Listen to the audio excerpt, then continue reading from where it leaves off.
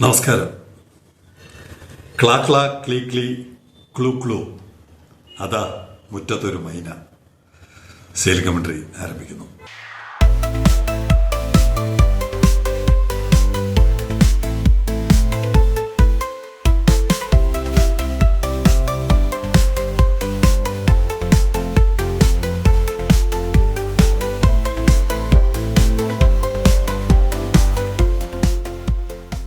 ഈ മൈനയുടെ പാഠഭാഗം പഠിക്കുകയോ പഠിപ്പിക്കുകയോ ചെയ്ത ഒരു തലമുറയാണ് ഞങ്ങൾ. പെട്ടെന്ന് ഓർമ്മ വരാൻ കാരണം, ഒരു സുഹൃത്ത് അക്ഷയ്, പൈലറ്റ് അക്ഷയ് അല്ല, വേറൊരു അക്ഷയ്, രാവിലെ എനിക്കൊരു പോസ്റ്റ് അയച്ചു.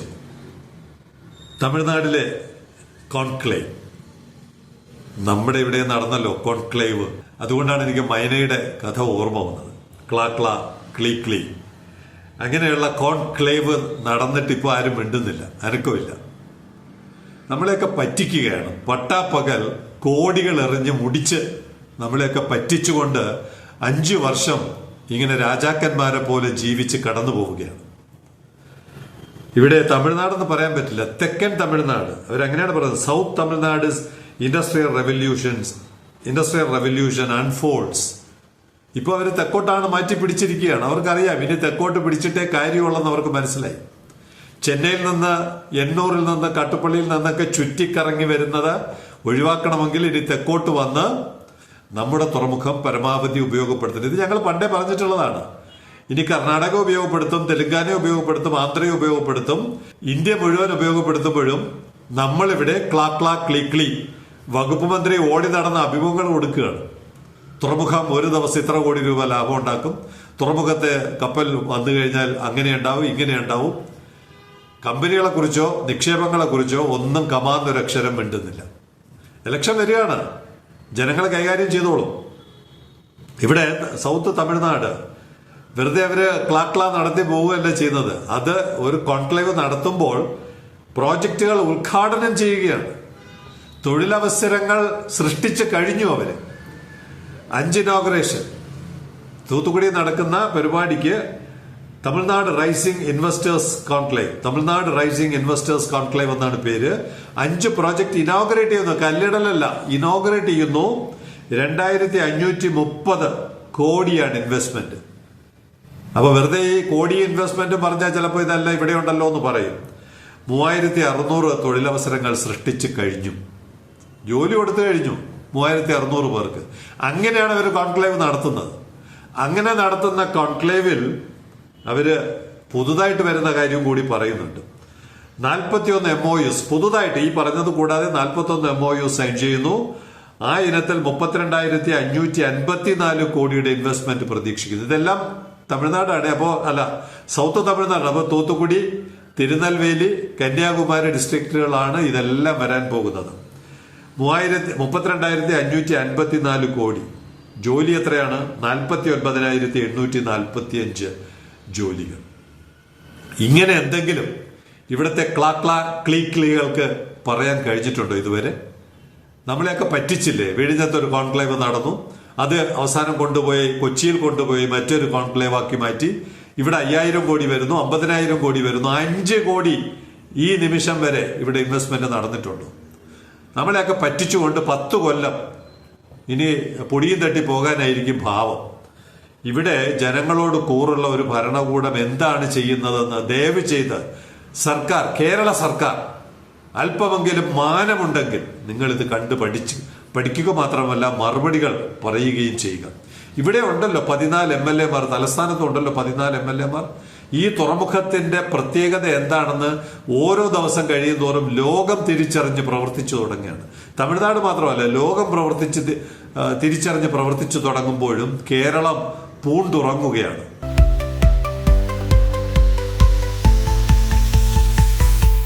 ഓരോ ആഴ്ചയും ന്യൂസ് ലെറ്റർ ഇറങ്ങുന്നത് ഇപ്പോൾ വാർത്തയല്ല. പക്ഷെ 29ാമത്തെ ഇഷ്യൂ ഇന്നലെ ഇറങ്ങി. നിർബന്ധമായും TRVയെ സ്നേഹിക്കുന്നവർ, തലസ്ഥാനത്തെ സ്നേഹിക്കുന്നവർ, നിർബന്ധമായും കേരളത്തെ സ്നേഹിക്കുന്നവർ എന്ന് പറഞ്ഞാൽ തലസ്ഥാനം വഴി കേരളത്തെ സ്നേഹിക്കുന്നവർ നിർബന്ധമായും വായിച്ചിരിക്കേണ്ട ഒരു താരതമ്യ പഠനമാണ്. എന്തുകൊണ്ടാണ് അഖിതേത സെക്കൻഡിനെ അറസ്റ്റ് ചെയ്തിട്ട് വാൻഹായുടെ ഒരു കപ്പലിനെയും ഒന്ന് തിരിഞ്ഞു പോലും നോക്കാതെ പോയതിന്റെ പിന്നിലുള്ള അട്ടിമറി നാടകങ്ങൾ ഒരു താരതമ്യത്തിലൂടെ ന്യൂസ് ലെറ്റർ പറയുകയാണ്.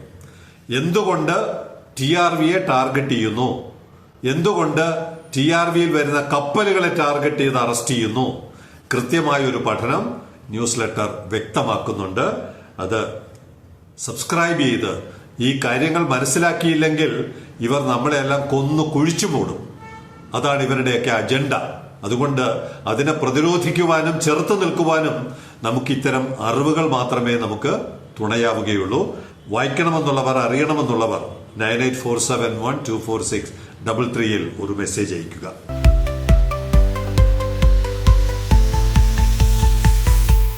ഇനി മറ്റൊരു ക്ലീ മൊത്തം ഉടായ്പകളാണല്ലോ. ഷഫീഖ് സെയിലിംഗ് കമന്ററിയുടെ ഒരു പ്രേക്ഷകൻ, വെറും പ്രേക്ഷകനല്ല, അത് 8 മണിക്ക് തന്നെ സെയിലിംഗ് കമന്ററി കാണുമെന്നാണ് അറിയിച്ചിരിക്കുന്നത്. ഷഫീഖ് മധുരയിൽ നിന്ന് TRVയിലോട്ട് ഇങ്ങോട്ട് വരുന്ന വഴിക്ക് 2 കണ്ടെയ്നറുകളുടെ പടമെടുത്തു. ഒരെണ്ണത്തിന്റെ വിവരം ഇപ്പോഴും ഞാൻ എടുക്കുന്നതേ ഉള്ളൂ. പക്ഷെ രണ്ടാമത്തത് കണ്ടപ്പോൾ നമ്മുടെ ചതി നമ്മളെ കൊന്നു കുഴിച്ചു മൂടിക്കൊണ്ടിരിക്കുന്ന. അപ്പോൾ ഒരു ഇന്നലത്തെ ട്രാക്കിങ്ങിന്റെ കണ്ടെയ്നർ അയച്ച ബാലചന്ദ്രൻ, അദ്ദേഹം ഒരു കമന്റ് ഉടനെ തന്നെ ഇട്ടു. കമന്ററി കണ്ടു, ഇതിൽ ഇത്രയും കുഴപ്പങ്ങൾ ഉണ്ടായിരുന്നു എന്നത് അതിശയമായി തോന്നി. നമ്മുടെ നാട്ടിൽ നിത്യോപയോഗ സാധനങ്ങൾക്ക് എങ്ങനെയാണ് വില കൂടുന്നതെന്ന് ഇപ്പോൾ മനസ്സിലായി. ഇതിന്റെ പൂർണ്ണ ഉത്തരവാദിത്വം സർക്കാർ മെഷീനറികൾക്ക് തന്നെയാണ്. എത്രമാത്രം നിരുത്തരവാദപരമായാണ് നമ്മുടെ ആൾക്കാർ പെരുമാറുന്നത്. അദ്ദേഹം വെറുതെ ഒരു കണ്ടെയ്നർ കണ്ടപ്പോൾ ഒരു പടം എടുത്തെങ്കിൽ അതിന്റെ പിന്നിലുള്ള കഥ കേട്ടപ്പോഴാണ് അദ്ദേഹത്തിന് ഈ ധാർമ്മിക രോഷം അണപൊട്ടി ഒഴുകുന്നത്. അപ്പൊ അതുപോലെ തന്നെയാണ് ഈ ഷഫീഖ് എടുത്തതും അതിനേക്കാൾ വലിയ ചതിയാണ്. ഈ ട്രാക്കിങ്ങിൽ ദയവേത് ഒന്ന് ഫോളോ ചെയ്യാൻ ശ്രമിക്കുക. മനസ്സിലാകില്ലെന്നില്ലെങ്കിൽ ഒന്ന് ബാക്കിലോട്ട് പോവുക. ആ ഡേറ്റ് സമയമൊക്കെ മനസ്സിലാക്കിയാലാണ് ഇതിന്റെ ചതി കൂടുതൽ വ്യക്തമാകുന്നത്. ഇദ്ദേഹം കണ്ടെയ്നർ അയച്ച കണ്ടെയ്നർ പാസ് ചെയ്ത് പോയത് 2-ാം തീയതി തൂത്തുക്കുടി പോർട്ടിലെത്തി.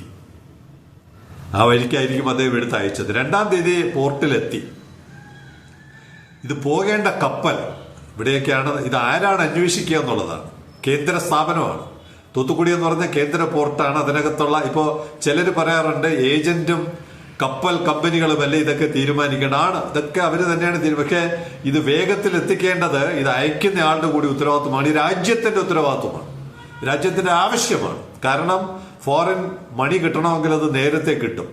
ഇത് അയക്കുന്നവർക്ക് ഇതേ ഉള്ളൂ, ഇങ്ങനെ ഒരു കപ്പലുള്ളൂ, ഈ സമയത്തേ പോകൂ എന്ന് മാത്രമേ അവർക്കറിയാമെങ്കിൽ, അല്ലെങ്കിൽ അവരോട് പറഞ്ഞു കൊടുക്കുന്നുണ്ടെങ്കിൽ അവർക്ക് മറ്റൊരു ഉത്തരം, തിരിച്ചൊരു ചോദ്യം ചോദിക്കാൻ കഴിയില്ല.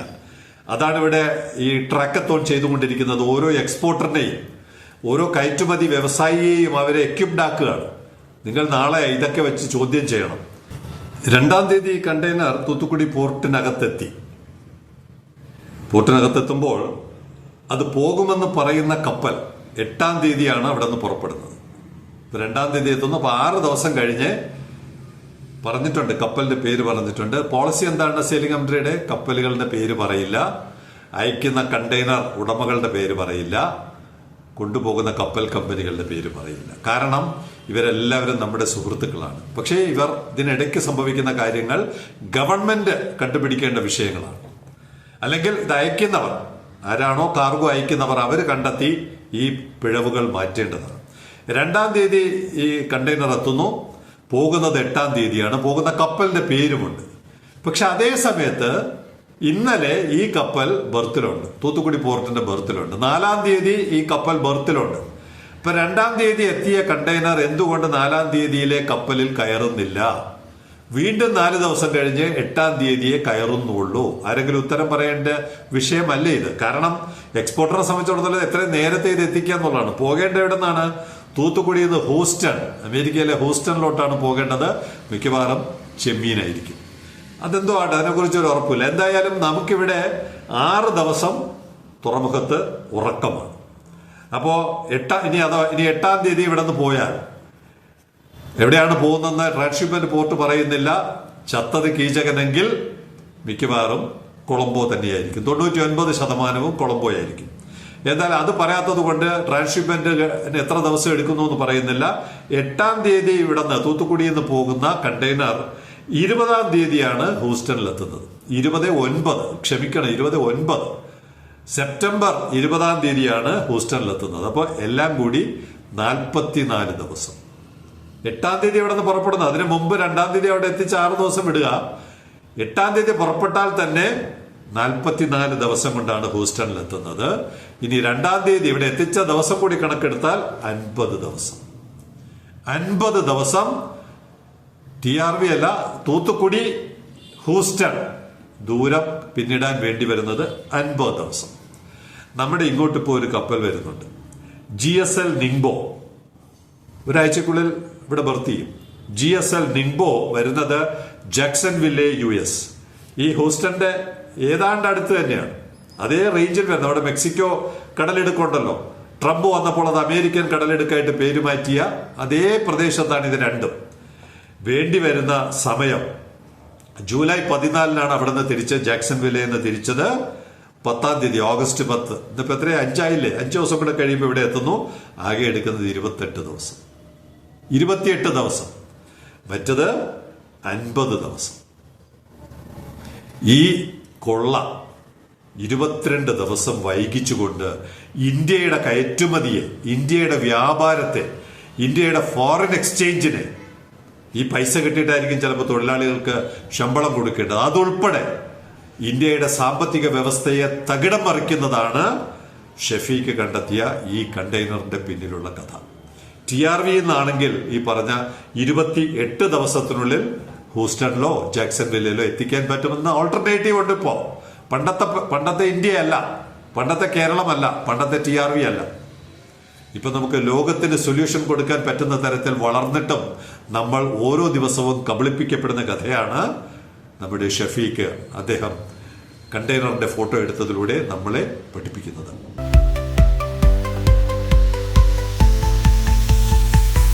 ഇനി TRVയിലെ പ്രൊജക്ടുകൾ ക്ലിക്ലിയായി പോകുന്നതിന്റെ യഥാർത്ഥ കാരണം പെരേര. TRVയെ ആക്രമിക്കലാണ് അദ്ദേഹത്തിന്റെ ലക്ഷ്യമെങ്കിലും ഇന്നലെ അദ്ദേഹം എഴുതിയ ഒരു കത്തിൽ സത്യമുണ്ട്. 100% സത്യമുള്ളത് കൊണ്ട് ആ കത്ത് ഒന്ന് വായിക്കാം. വേർ ആർ യു, എന്നെ കുറിച്ചാണ് ചോദിക്കുന്നത്. അവതാരകൻ, where are you, nothing will happen here, ഇവിടെ ഒന്നും സംഭവിക്കില്ല. Your local MLA and MP, local MLAs and MPs are, ആർക്കെങ്കിലും ഊഹിക്കാൻ പറ്റുന്നുണ്ടോ അദ്ദേഹം എഴുതുന്ന വാക്ക് എന്തായിരിക്കുമെന്ന്? യൂസ്ലെസ്. മിക്കവാറും കൊച്ചിയിൽ നിന്നായിരിക്കും കത്ത് വരുന്നത്.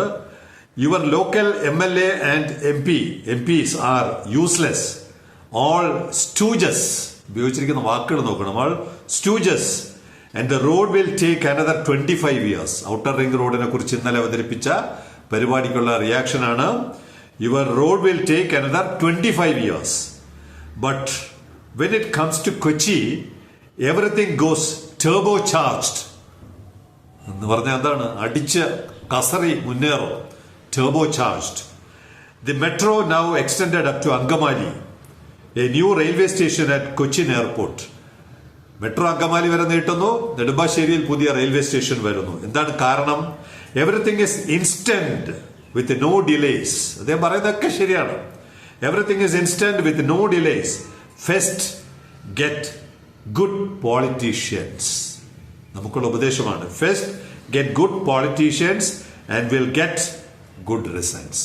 നല്ല പൊളിറ്റീഷ്യൻസ് ഉണ്ടായാൽ നല്ല ഫലമുണ്ടാകും. അപ്പൊ ഇവിടെ ഇരിക്കുന്നത് ആരാണ് എന്ന് പ്രേക്ഷകർ തന്നെ തീരുമാനിച്ചുകൊള്ളുക.